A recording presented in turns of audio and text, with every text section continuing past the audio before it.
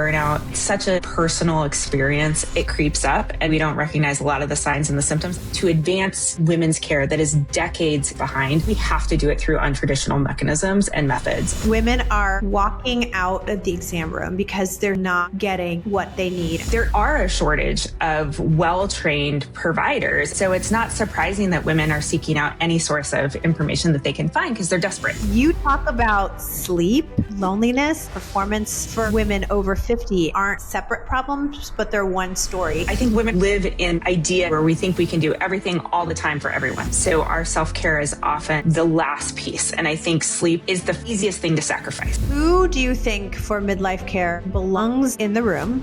Who has been missing? Sleep expert, movement and recovery expert, mental health expert. So what is one question that every woman should ask her healthcare provider? I think getting is really important, but oftentimes you have to advocate for it. The Disruptor podcast is for informational purposes only and does not constitute medical advice. Views expressed by guests are their own. Consult your healthcare provider before making any medical decisions. Dr. Somi here with the pre-show announcement. As you know, my mission with this show is to get more women talking about our changing bodies in midlife. Well, I'm excited to let you know about a new project of mine launching on September 9th. Sex and Menopause with Naomi Watts is a masterclass about what's actually happening in your body, why no one told you, and what you can do about it. I'm the lead expert in the program alongside psychologist Dr. Cindy Meston, and I promise you, you will not only learn so much watching, but also laugh, cry, and immediately send the link to your friends. Sign up to watch for free at sexandmenopause.com. That's sexinmenopause.com to watch for free. Her job was to keep people alive through the most dangerous hour of their lives. She did it at Stanford. She did it for children at Shriners. Then asked the question the system never does. Why do we only show up after the emergency? The physician who left the operating room to redesign medicine for the well, and why midlife women are the first patients of that future. Today's guest is Dr. Jen Wagner, Chief Health and Performance Officer at Canyon Ranch. Jen played Division I soccer at Clemson, earned a master's in exercise physiology before her MD, trained at Stanford in pediatric anesthesia, and rose to Director of Perioperative Services and Co-Chief of Anesthesia at Shriners Hospital for Children. Then she traded in the operating room for Performance Lab, building health and readiness programs for the U.S. Olympic Committee, the NBA, and elite military units, and founding Prosper to bring that same science to women in leadership. Now she's leading health and performance at Canyon Ranch, including its menopause programming and its Beat Burnout retreat. She believes the future of medicine isn't in the hospital. Today, we find out where she thinks it is at. I did not know this about you, though. You played D1 soccer, studied exercise physiology, right? And then did, yeah. chose anesthesiology, the one specialty where your patient doesn't talk to you once they're asleep. That is very true. It's true, right? In surgery, I was always like, on the other end of the drape. And I was like, you've got the most important job, right? Making sure that they're sleeping and they're comfortable. And I'm going to go in and fix what I need to fix. But what pulled you towards that moment where, honestly, people are at their most vulnerable? I know when I'm falling asleep too, I'm always like looking at the anesthesiologist, like, please take care of me and please make sure I wake up. Like, what pulled you to that? So when I actually started in pediatrics, and I thought I really wanted to do pediatric critical care. Like, I loved the high intensity, fast pace, all of the things. But I felt like in critical care, you get to use your hands a little bit, but not a lot. And so my husband is an anesthesiologist. And so while he was starting residency, he's like, why don't you just go do a month and see what you think? He's like, I think you'd really like it. But we had been so competitive in medical school, and through that process, I was like, we can't have the same job. We'll kill each other.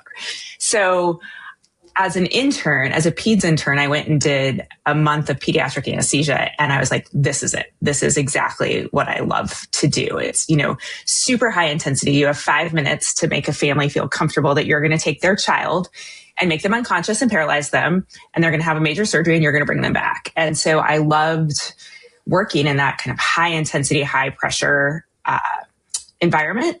But I also liked my day started and my day ended, which was really hard for me to do in an ICU setting. It was really hard for me to shut off. As you well know, you have patients that want to call you and talk to you. You have families. You just need to do one more thing. And so anesthesia in a weird way helped me establish those boundaries, because when my cases were done, all of my patients were transitioned to another provider, and there really wasn't anything left for me to do, even if I tried. And so I found that to be helpful, especially early in my career, because I already had 2 young kids, to at least have a little sense of normalcy. I agree with you looking at your choice now, because that is why I picked OBGYN, because I love taking care of women, but I also love the fact that no day was the same. And sometimes you're operating, sometimes you're delivering babies. And I loved surgery because you could fix a problem versus titrating medications. But you're right. Like, even if I fixed the problem during surgery, I wasn't done. I wasn't done until people think until you go home. No, until really 6 weeks post-op, when someone's really recovered from surgery, you can still have complications. And so it was not good for work-life balance. And I'm with you. I have kids too. And it did not give me, it gave me an immense sense of satisfaction that you had too. Like, damn, I did a good job today, but I did not have the ability to turn my brain or, frankly, my pager off. So you went from keeping Olympians, is this true, and special operators at peak to focusing on midlife women. Some people would call that a step down in stakes, but I actually think, given what's going on in women's healthcare, it's the opposite. So tell me why I'm right. Absolutely. Well, it was it's really interesting phase of my life, transitioning out of clinical medicine, moving back into kind of this high performance, high pressure world outside of healthcare a little bit. And I found we were working with all of these really amazing groups of elite performers, from, like you mentioned, special forces to business executives to other parts of the Department of Defense. And we would have these groups come in, and I would just sit back some days and watch how the women in these groups were responding to the information that they were receiving, to the immersive events that we were doing.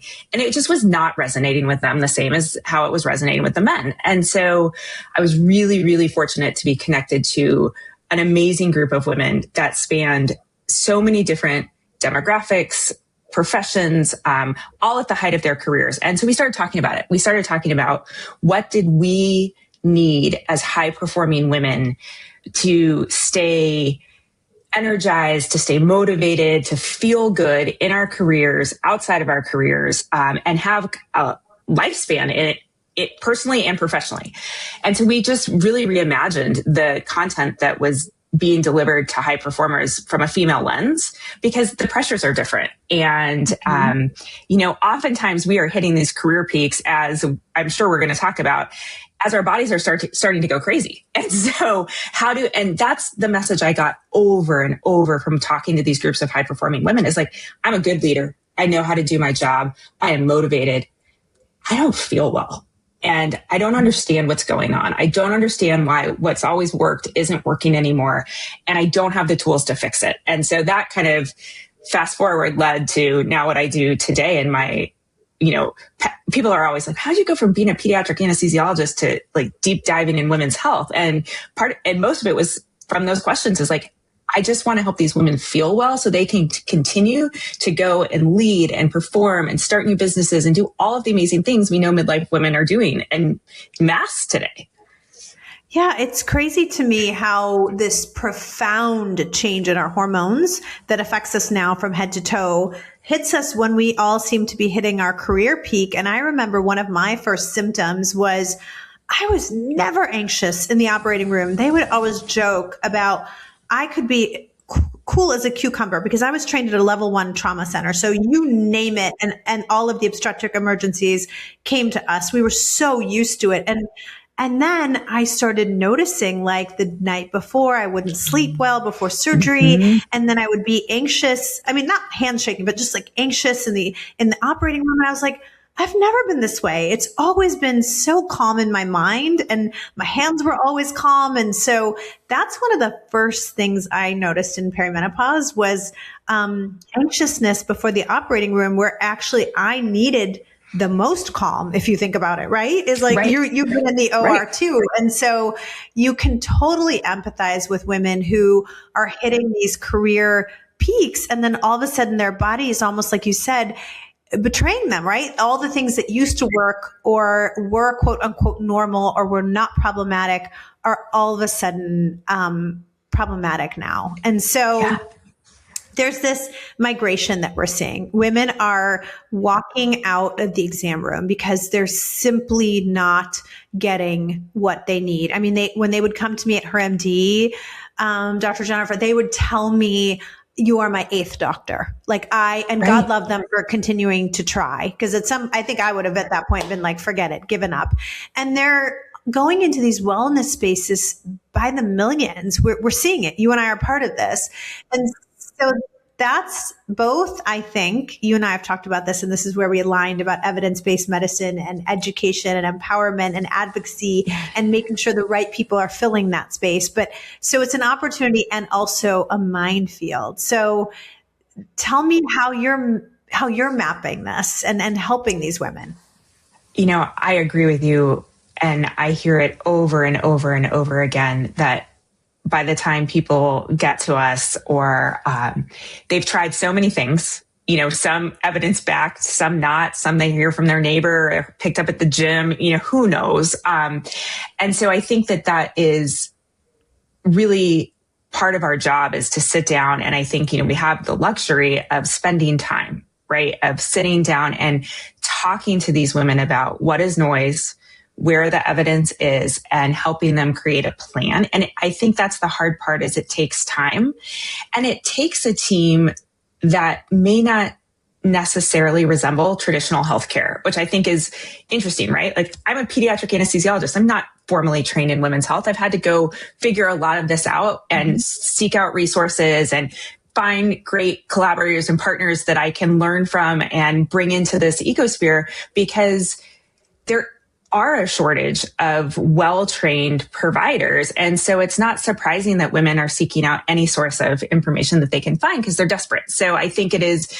continuing to partner effectively. And I think what I love about the space that you've created with so many others is the reinforcing of good science, the reinforcing of the same message, and the collaboration, right? We might all have our individual little niches or verticals, but we're so willing to work together with each other to continue to provide really consistent messaging and information to women so it can rise above all the noise. So is that what you think that they're finding with us and in the wellness space that traditional medicine stopped giving them, is education, information, and time? Or do you think it's something else? I think that's definitely part of it. I also just think there is a lack of provider training. I think that we have a whole generation of physicians that never, I never even got a lecture about hormones, really. And, I maybe one in medical school, and there was no mention of it. And women's health strictly stayed with the OBGYNs. Yeah. And then the problem is, so we have this generation of providers, right? But then this generation of women now that are of that age. And I feel like they are the forgotten generation, right? They're the ones that we're now seeing getting diagnosed with dementia and dying from cardiovascular disease and getting that osteoporotic fracture because they didn't have that window of protection. Like so many of them say, if I only knew, right? Like, because they weren't told, because we weren't educated, right? And I'm a board certified OBGYN. I learned later too. Or they were actually steered away from it. Like, oh no, you can't take hormones. And so I feel like you and I are doing two things: correcting the past that you and I'll own it, that I was part of, like the traditional medical system. Too. Absolutely. But then don't you also feel this immense responsibility to put up guardrails as we are venturing, I don't want to say out of, I want to say creating like this beautiful new ecosystem or status quo that actually serves women. But it is such an immense responsibility because women have been invisible and not served for so long that we're putting up guardrails against the people who are, I want to say opportunistic is what I want to say, pseudoscience, right? Right.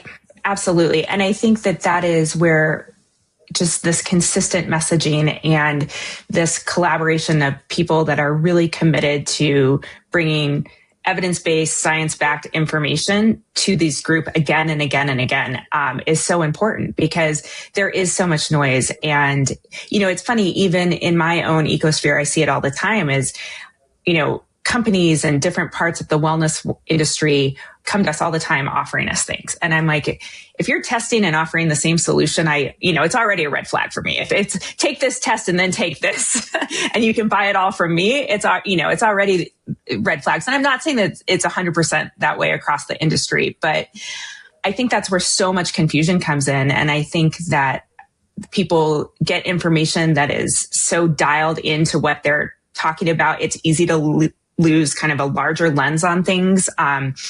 So it's a really challenging problem. I think it's and it's really challenging every time I'm in a new environment with women, in our little bubble, I think, oh gosh, everybody knows what we're talking about and everybody's on the same page. And it's amazing they're not. You get outside that little bubble and the lack of information and the need and the want of these women and the almost desperation that they have to get high quality information is overwhelming.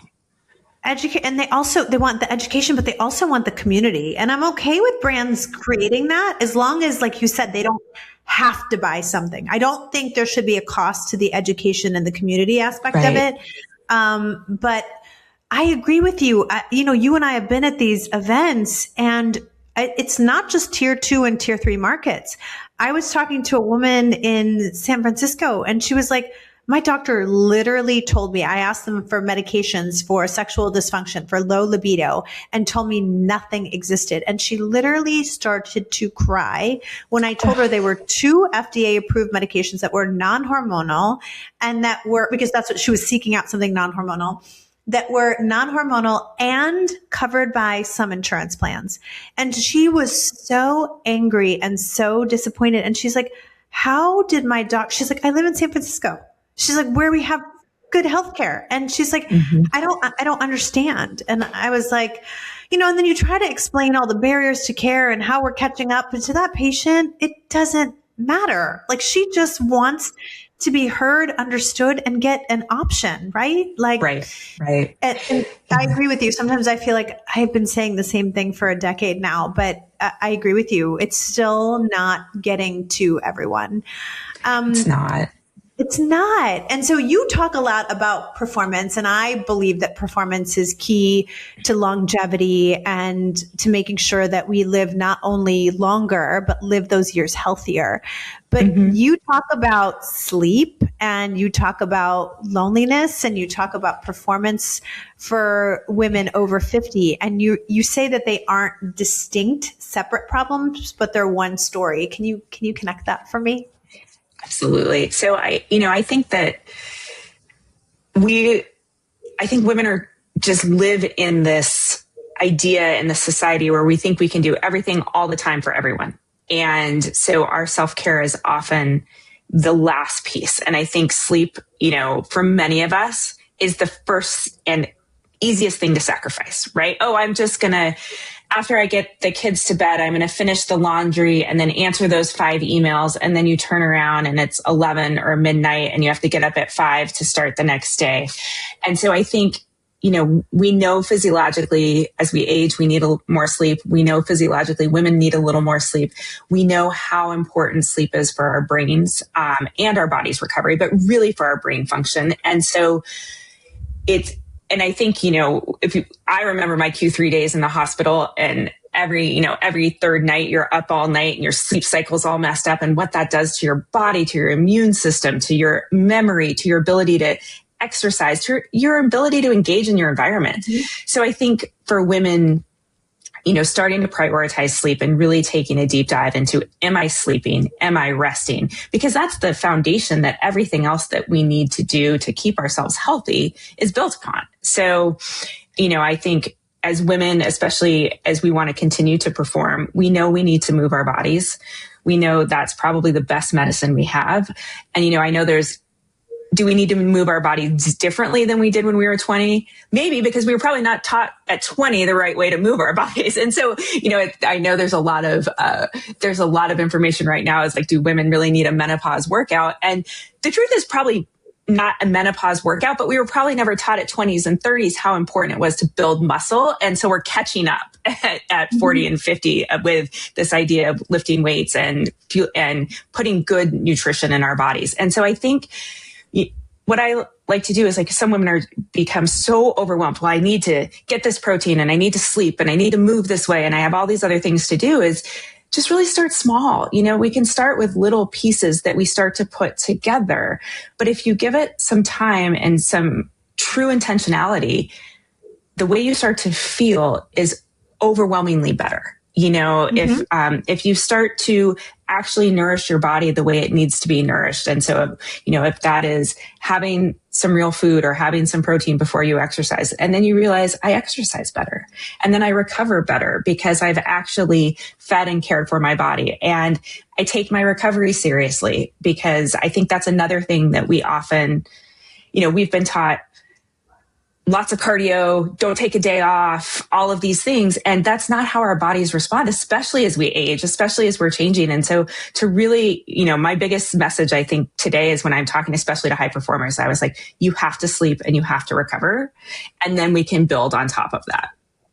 Well, you and I were raised in the Snackwells generation, and God love her. I just thought Jane Fonda, you and I were at the event where she was sleeping. And it's like, we were taught to exercise to be skinny. I was taught that, women don't lift. Like, my mother told me you won't grow if you lift and you get too muscular. And isn't it funny, as physicians, like, one of the number one things that we were deprived of was sleep. And sleep deprivation is so bad. The driving tests are worse with sleep deprivation than they are with alcohol to a certain level. I remember seeing that study, because I remember nights, that's before the work hour restrictions. The rules, right? Yes. And so coming home from 36, 40 hours of both operating and delivering babies.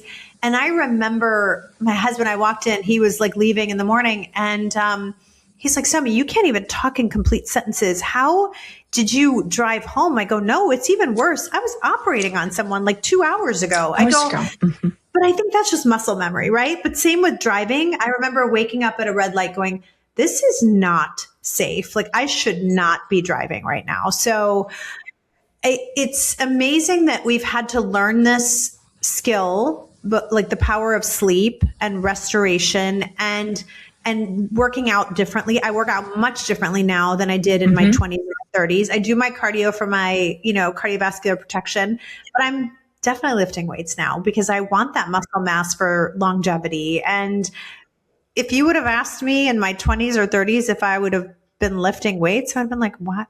No, I don't want to lift weights, but I don't want to get bulky, right? No, I don't want to bulk. I don't want that. But now I'm like, yes. And I even am teaching my teenage girls, I'm like, we eat to be strong. We eat so that we can do the activities that we love, so that we can be healthy. That's what food, should be. It should be nourishment, and it should also be pleasure. Yes, but it should be nourishment, and you shouldn't be restricting yourself or feeling guilty. I had the cutest patient who's a runner, and I go, why do you run so much? She was running a lot, and I thought she was training for a marathon or something, and she just looked at me. She gave me the cutest answer. She was like, Dr. Devade, I run because I love to eat cookies. I love that. I love that. It was so honest, but now I want to tell her, I'm like, listen, you don't have to punish yourself for eating cookies, enjoy the cookie, right? Right. Yeah. Enjoy the cookie. Yeah. It was so cute. And I think, again, it goes back to, I love the fact that you are telling your daughters about this. I have 2 teenage daughters as well. And they ask me all the time, they think I'm ridiculous sometimes. And they're like, why do you exercise so? And they're both athletes. But I said, I watched my mom have a very different end of life trajectory than what I would like for myself. And I said, I want to be able to pick up your kids one day if you decide to have kids. I want to be able to put my suitcase up in the overhead bin and travel, right? All of these things that we start to take for granted. But it's interesting when we even talk about health guidelines for women. It's like waiting to get a DEXA scan at age 65. We've so missed the boat. Like it just blows my mind that the traditional healthcare system thinks that that is an appropriate screening test at that age. And, I tell everyone I come across, I'm like, did you get a DEXA scan? Did you get a DEXA scan? Like, just go get a baseline, especially when you have all the internal tools to fix it. Yeah, because we're at that point, like you're chasing disease rather than preventing it. We know that it's starting to happen about 2 decades before that. Why are we to diagnose it? Well, that's great. How about preventing it? You know what I mean? Right. 100%. So you lead Canyon Ranch's burnout retreat, right? Beat Burnout Retreat. Yes. So the funny story is I was actually in the worst stages of burnout myself, and it took a non-physician person going, so Mia, I think you're burned out right now. But as a doctor and as a mom, you get it. You're high functioning. You're just so used to like, oh yeah, I can do that. I can do that. So do you want to explain to people listening what is actually happening in a burned out body and where do you start helping that person? Absolutely. I mean, I think burnout, it's such a personal experience. And, for most of us, it kind of creeps up and maybe we don't recognize a lot of the signs and the symptoms. I didn't. I used to drive and I thought when I was burned out, I was like, I'm way too young to be burned out. It was like my second or third years in attending and I would drive home. I had 2 toddlers. I'd drive home from work. I'd get in the garage and I'd just sit there and cry. Mm-hmm. I was like, okay, how do I transition from being at work for the last 12 hours to coming home with these 2 little humans that just want me to be their mom. They just want me to be present. Spouse I haven't seen all day, a house I've neglected probably for months, who knows how long. And so I would just sit there and cry. And it took me a long time to realize I was already burned out in my career at like year 2 or 3. Just because of it wasn't necessarily career load. It was career plus life load and this idea that I could balance it. And so I think that burnout can creep up. Some people just kind of slam into the wall, but I think most of us just start having these symptoms of not finding joy in what we used to find joy in, whether it's professional or personal, not feeling motivated. That sense of anxiety can creep in where something that I might used to be really confident doing, now I'm kind of anxious about. And, and this I think is scary. And yet a lot of healthcare professionals identify with it. Maybe some disinterest, maybe a little bit of lack of compassion or lack of empathy when that never used to be a problem. Maybe, a little bit of pulling back instead of being really available as a provider. So, and then physiologically what happens, we start to see sleep disruption, that we start to see, sympathetic overdrive. So elevated resting heart rates, maybe changes in blood pressure. You can even start to see skin and hair changes as our stress levels are high and, things just don't recover as well. If you're an exerciser, maybe you're not being able to go as far, go as fast, lift as much, all of these things just in all of these different areas. And we often start to make bad choices. Maybe it's, I used to just have a glass of wine socially and now I have a glass or 2 of wine every night. Maybe I used to only have a cookie once a week and now I'm reaching for cookies 4 or 5 times a day. Like all of these little things, lead up to this just feeling completely overwhelmed, lack of a sense of purpose. And we tend to isolate too. I think it's when we pull away from our communities, we pull away from our support systems. And I think for women, there's a lot of guilt with that I don't feel like I'm showing up for my family, for my partner, for my career the way I want to. And so we just pull back more and more and more to try to be protecting ourselves. I think because you think you're failing. You're at work and you're thinking about home, and you're at home and you're thinking about work, and you feel like you're not optimized. And I remember I can look back at photos now and I can see physically that I was burned out. Like, yes, my hair was thinning, all that stuff, but it's almost like this, like, how you said, like lack of empathy, but for me, it was, I wasn't present. Like, it was almost like vacancy. Like I was there, but I wasn't really there. And I remember seeing this one photo of myself, like, probably my little one was maybe 18 months. And I was, I think, post call, and everyone's sitting around the table, and I've just got the bottle like in her, and I'm just like sitting there, like smiling like that. But you could see that. And my husband's like, do you remember me taking that photo? He's like, everyone was so happy that you were finally home. And I go, no, look, I'm exhausted. I probably was like, I just want to go to bed. Like, I am so tired. You know, like I wasn't like normally, you know, the photos with the baby. I was just like, But what is it about those car cries? Because let me tell you, I have made some major life decisions when I get in that car and the tears come down. And it's like, it's when I decided I was going to leave OB, like driving in a February snowstorm, like 34 weeks pregnant, like not going to do this anymore. Like I am leaving this practice and I'm starting her MD. Like there is something about the car that feels safe.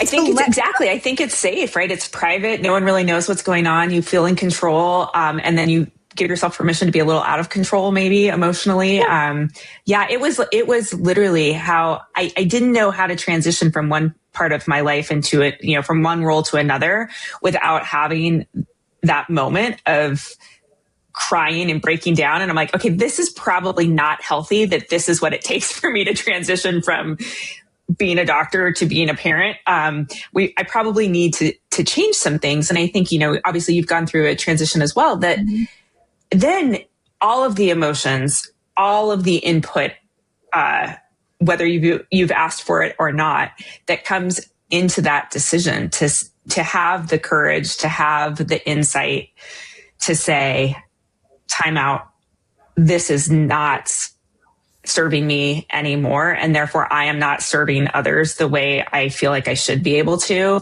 And to make that transition, I mean, I don't think I've ever been so scared in my entire life. I agree with you. Every major life and career change I have ever made, I've been scared, but I always fall back on, if you're not a little scared, then you're not on the right path. I mean, not overwhelming terror, but if you're not a little scared, then that means you don't care, and that maybe it's not the right path for you, right? If it's too easy. So you've heard it here. You can be a little scared, and it's okay. And two doctors are saying car crying is okay. Very healthy. It shouldn't be your go-to, but it's healthy. Well, just releasing those emotions is healthy. You know, we keep it so bottled up, especially as professionals. So just letting it go sometimes is good. As professionals, as women, as moms, I think we always are trying to keep it together, right? For everyone. So you've talked about primary care has become urgent care, and I can't agree with you more. And it's like one doctor is asked to be your nutritionist and your sleep expert and your movement expert and your cardiologist, and sometimes your gynecologist. I have so many internal medicine friends who are texting me like, hey, this pap smear on my patient came back, this, and this, like, what do I do next?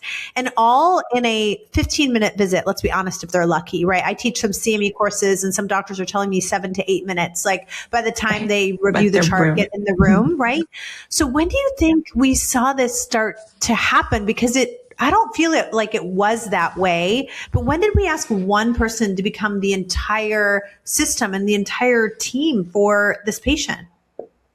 You know, I think as things got truncated down, you know, and I don't have the time spot answer, but I do think that as visits got shortened and shortened and shortened, and, you know, it was happening pre-pandemic, I think it accelerated post-pandemic.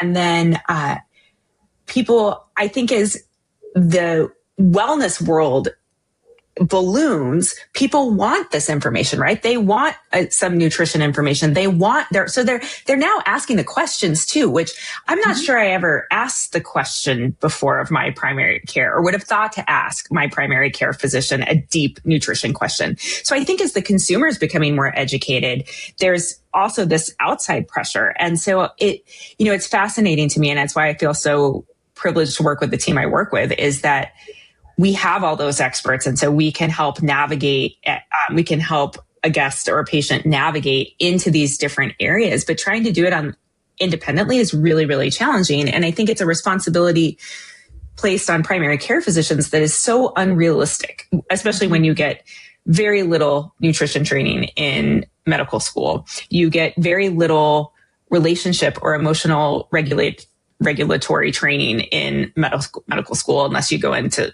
psych and some of these other fields. And so I think that we are producing this generation of primary care physicians that have amazing demands put on them without the right training, education, or support systems available. And I also think as healthcare has gotten so expensive, clinics can't afford to have a nutritionist anymore and a therapist and all of these other pieces. And so it all just kind of backfalls on to the physician.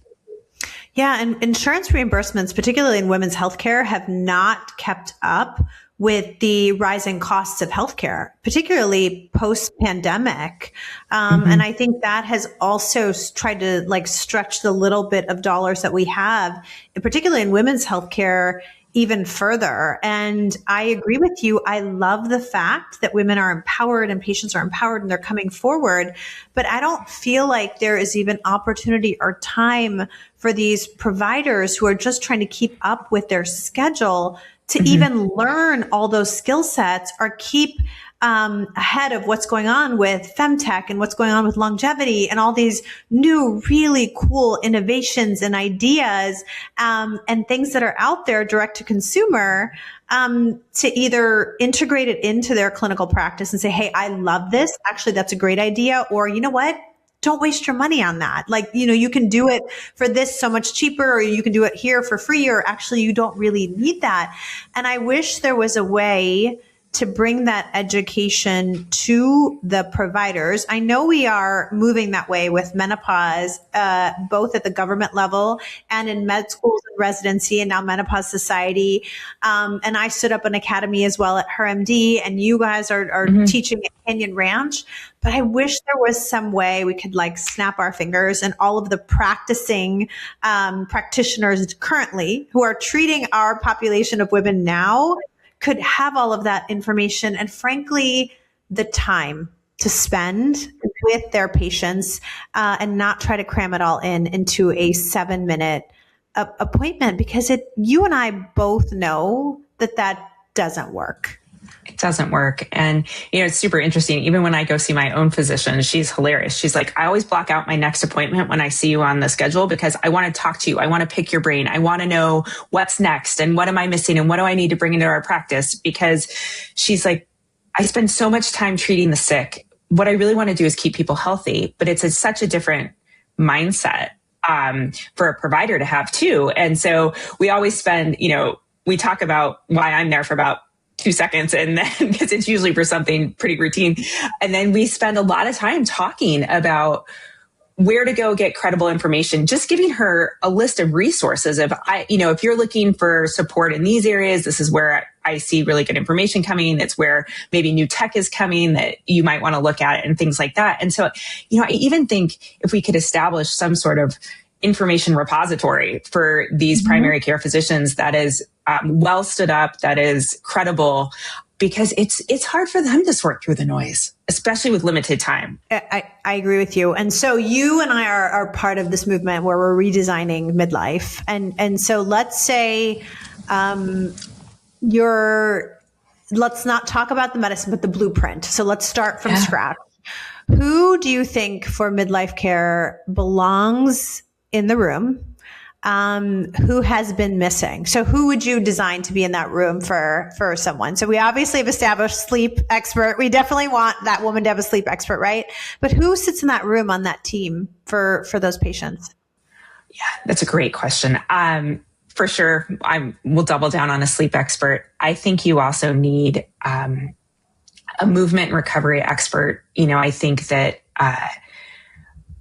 we have to help educate people on how to move for their bodies and how to recover. And so I think it's looking at functional movement patterns. Do people know how to do this correctly? Because that's going to keep them healthy too. The last thing we want to do is throw a ton of people in the gym and not teach them how to move, and then they're hurt.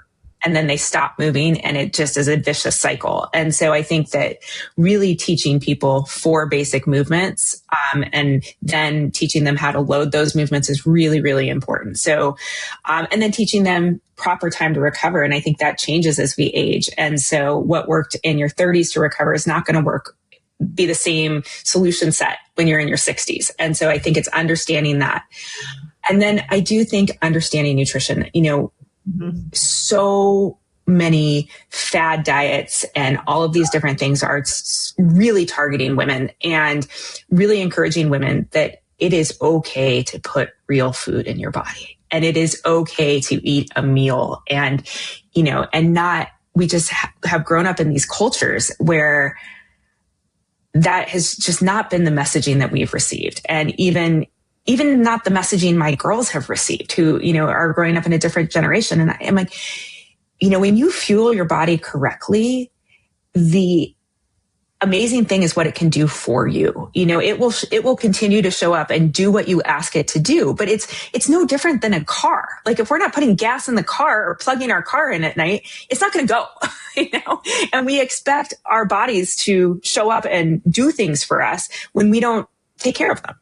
I mean, food can honestly, it's such joy. I'm such a foodie, but food can truly be medicine, and it is Absolutely. not the enemy. And we've shared that we both have teenage girls, and my daughter studied abroad this summer, and she talked about how people don't talk about counting calories, and the food there just tasted so much better. She ate like whatever she wanted, walked, everywhere, and didn't feel like bloated, or sometimes, her stomach will bother her here, and didn't have any of those issues because the food is cleaner. Now we can find access to that in the United States. It's just not mass produced, right? You have to eat clean, and you have to eat whole and colorful and whatever works for you, but you can find that food in the United States. But it was amazing to her, like in the 2-week period she was there, she's like, food is so different there. And even their view of food is so different. The food is so different. They don't think of it as, oh my God, it's the enemy. It's pleasure, right? Right. And it's connection and community, right? So I think the other person I would put in the room is a mental health expert, and I think that has been so taboo, or you have to get to such an extreme level of disease or symptomatology to be able to access that care. And just having those providers in the room so women can start to understand some of these feelings, this anxiety that's come out of nowhere. Like, why am I anxious all of a sudden? I haven't been anxious. I'm not an anxious person, but all of a sudden I'm not sleeping, or I'm ruminating on things all night long. And why is this happening? And so I think, having a resource to talk to and unpack some of these feelings and connecting that to your sense of purpose, which I think sometimes in midlife, especially for women, changes. We're raising kids. We might be taking care of aging families. We might be starting and launching new businesses, or at the peak of our careers. And all of this is going on at once, which is great in some ways, but can be really overwhelming. And so having a professional that can help you connect to your sense of purpose, that can help you understand some of these emotions that are changing and some of these feelings that you may or may not have dealt with before, I think is critical. And I love the fact that you bring up the stigma that has existed with mental health, because I feel like the one vertical in medicine where it didn't is postpartum depression. We seem to be very sympathetic to new moms, right? And have support systems in place. At least we did even 2 decades ago when I was learning about that.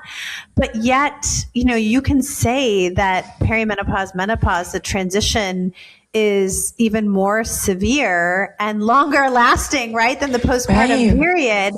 But yet we never thought to address the mental health of, midlife women. I mean, women in every age range can have issues with, their mental health, whether it's anxiety or depression or isolation or burnout, like you were talking about. But it's just particularly striking to me that as a board certified OBGYN, I never learned about mood changes when it came to menopause or perimenopause. I learned about it as far as the menstrual cycle and PMS and PMDD, and I learned about it in postpartum, but never paid attention to one of the most striking moments or stages of a woman's life that I feel like we've done such a disservice to women. So I couldn't agree with you more. So what is one question that every woman who is listening right now should ask when she goes to see her healthcare provider, whether she decides on a wellness specialist or a traditional medical expert? Like, what do you think is top of mind, the most important question she should ask? I think heart disease is still the number one killer of women, and we haven't really talked about that. And I think having a very detailed lipid panel is so important. It's so overlooked in women. We know women don't present the same way with heart disease. We know they have a delay in care. We know their outcomes are worse. And so I think that especially starting early and understanding your lipid profile and what risks that puts you at, and being able to be preventative in that space, is critically important. And I think that is a space similar to, having a DEXA and having an underlying idea of where your bones are. We have really great therapies that we can offer if we know, and we can prevent so much disease. We can prevent so much morbidity in those spaces if we know early. And so I think that is one thing that is not offered. It may not be as easy to commercially get and interpret. Thankfully, there are places where you can go and get a DEXA for about $80 if you want one, and get some pretty good information that is relatively easy to self-digest. But I think getting these more intense lipid screenings that are often covered by insurance, I think is just really important, but oftentimes you have to advocate for it. What is so amazing about this too is I'm finally starting to see, because, I nearly lost my mom when she was only 45. That's the whole reason I went into healthcare, to cardiovascular disease, but starting to finally see preventative cardiology departments showing up in hospital systems and traditional healthcare systems. And I agree with you, these panels that only I have recently gotten despite my family history. And I was starting to tell all my patients about them and saying, hey, you can be more proactive. There are things that you can do, and insurance will actually cover them. You don't have to wait for heart disease. And you can go beyond nutrition and sleep and managing your stress and, checking cholesterol. There's so many more things that you can do that can help shape decisions and actually prevent disease. And so, this show is all about disruption, and I'm bringing on disruptors like you. And so you and I both didn't leave the workforce, but let's be honest, left traditional medicine, right? Absolutely. To build something else, to dream of something else. And I would argue that we were both at the height of our careers. Do you think it costs you anything, and what does the system lose when it loses physicians like us when we walk away, or do we gain because we're building something else, or is it both? That is a complicated question. The first thing my kids said to me was, what do we call you now that you're not a doctor? And I was like, ouch. But, it was really interesting. Like, I come from a non-medical family. My kids, my parents, they were like, what are you doing? There was a lot of pushback. I think the person that was most supportive was my husband, who happens to be a physician, and he understood why I was making the decisions I was making. A mentor really early in that decision-making looked at me and said, you can help one person at a time, or you can help hundreds and thousands of people at a time. So put that lens around it. So I think I needed some outside help to understand the impact of this decision as far as my sense of purpose, as far as my role in the healthcare field continued, et cetera. So I do think that I am very grateful for my colleagues that are still, quote unquote, in the trenches, that show up every day and care for patients. And there's part of me that misses that. There's part of me that misses those interactions and those just amazing life-changing moments that we have with our patients. That being said, I do think to advance care, especially women's care that is decades and decades behind, we have to do it through untraditional mechanisms and methods. And so I think those of us who have left and are building platforms and are building communities to do that at an exponential pace compared to what we could do it in a traditional healthcare model, I think it is creating change at a pace that is absolutely needed for today's woman. I couldn't agree with you more. There was this definite grief and loss of identity. You know, you go to school for so long to become a physician and you're trained to see patients. But I had it. Yes, my husband is also a physician. I'm like, well, you and I have so many parallels. My biggest supporter as well. But my kids are like, do we still say you're a doctor? Like, you're not seeing patients anymore. But for me, it was when I left obstetrics, I built HerMD, then I left HerMD and created, what I'm doing now with the podcast and the book and speaking. And I had a patient tell me, she's like, you don't belong on this Zoom with me. She's like, I loved having you as my doctor and I've learned so much, but she's like, there's so much work to be done out there. Like, go take this and go teach others. And when she said that to me, I was like, she's right. Like, that's how I'm going to now make an impact. You and I are still using our skill sets as physicians and our knowledge and our credentials, but just like you said, in a different manner. But I feel like sometimes, don't you feel like you have to let go of something to be able to have the room to create? Like, I had to let go. Absolutely. I mean, we can't do it all, right? And I think to dedicate the time and the resources, and still be present in other parts of our life, we have to make some difficult decisions. And I do think, though, it paves a path for female physicians to see alternative routes, which I also think is important. I think that having women in healthcare is critical. If we want to go back to patient outcomes and all of the things that we have great data when women are doctors, it's there.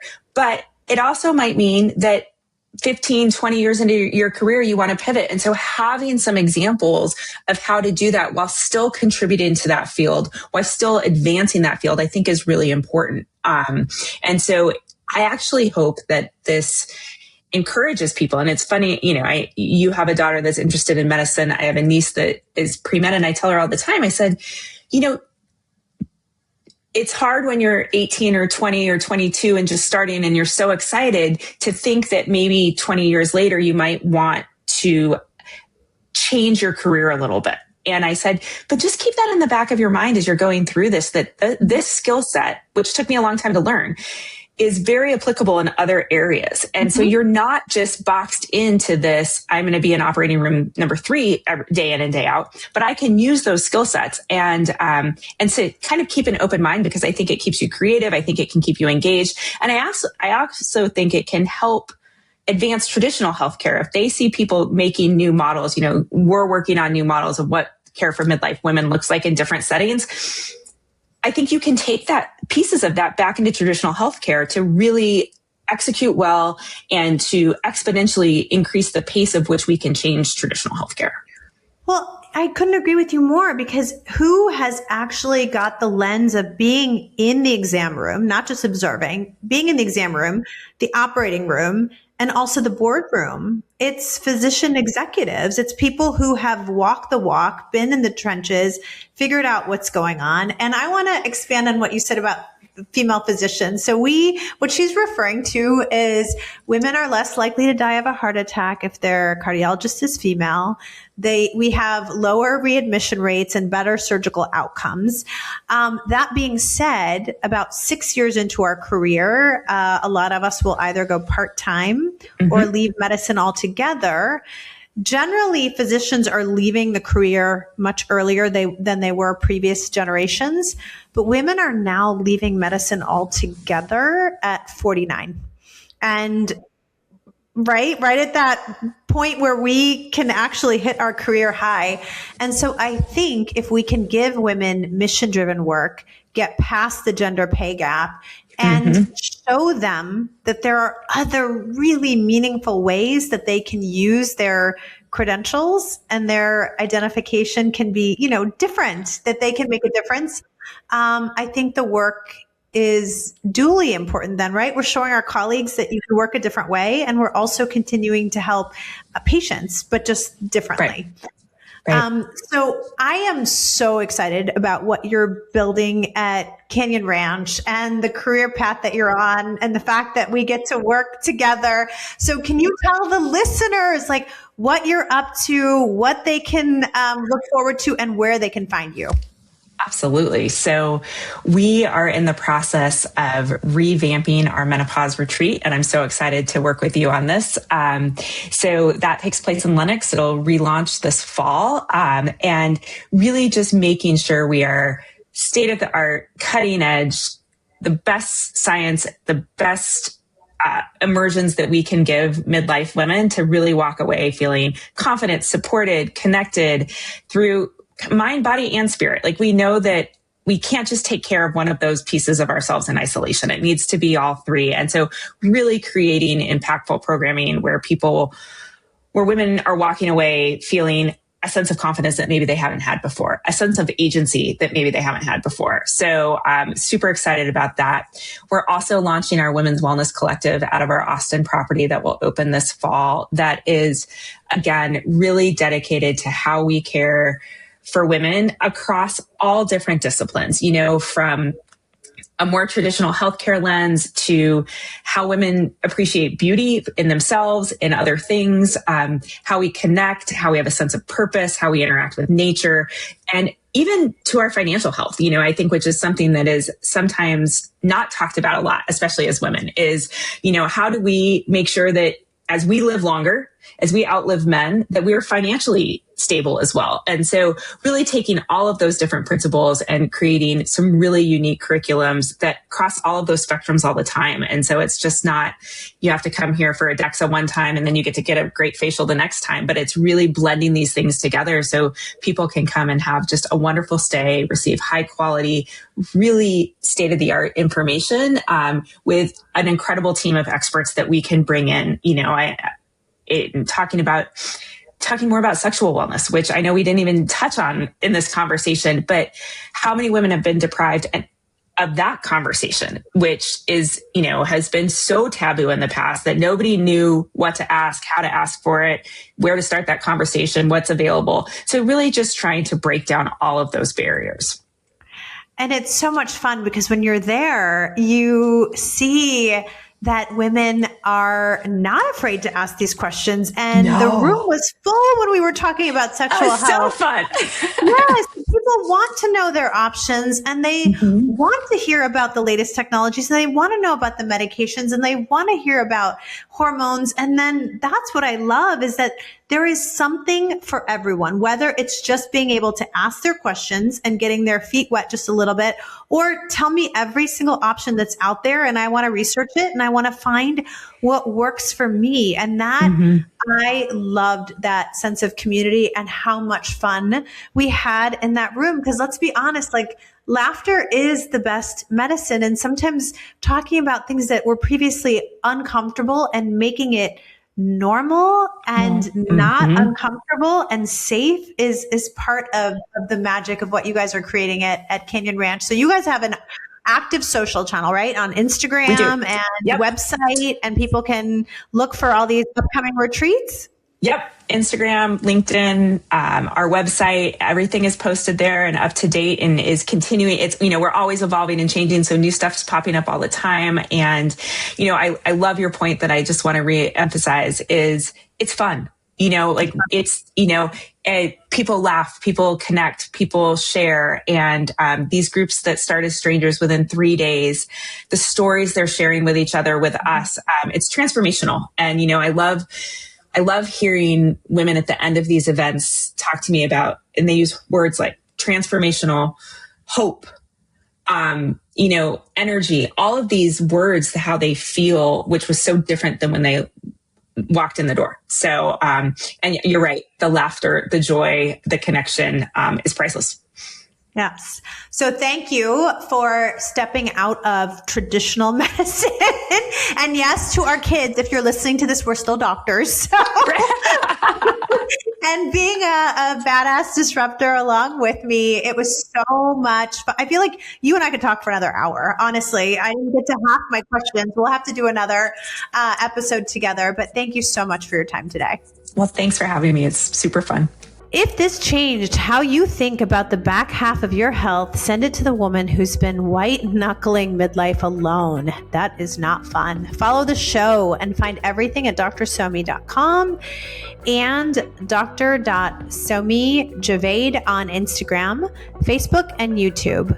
You are not declining. You are mid-build. Act like it. Be a disruptor, and thanks for tuning in.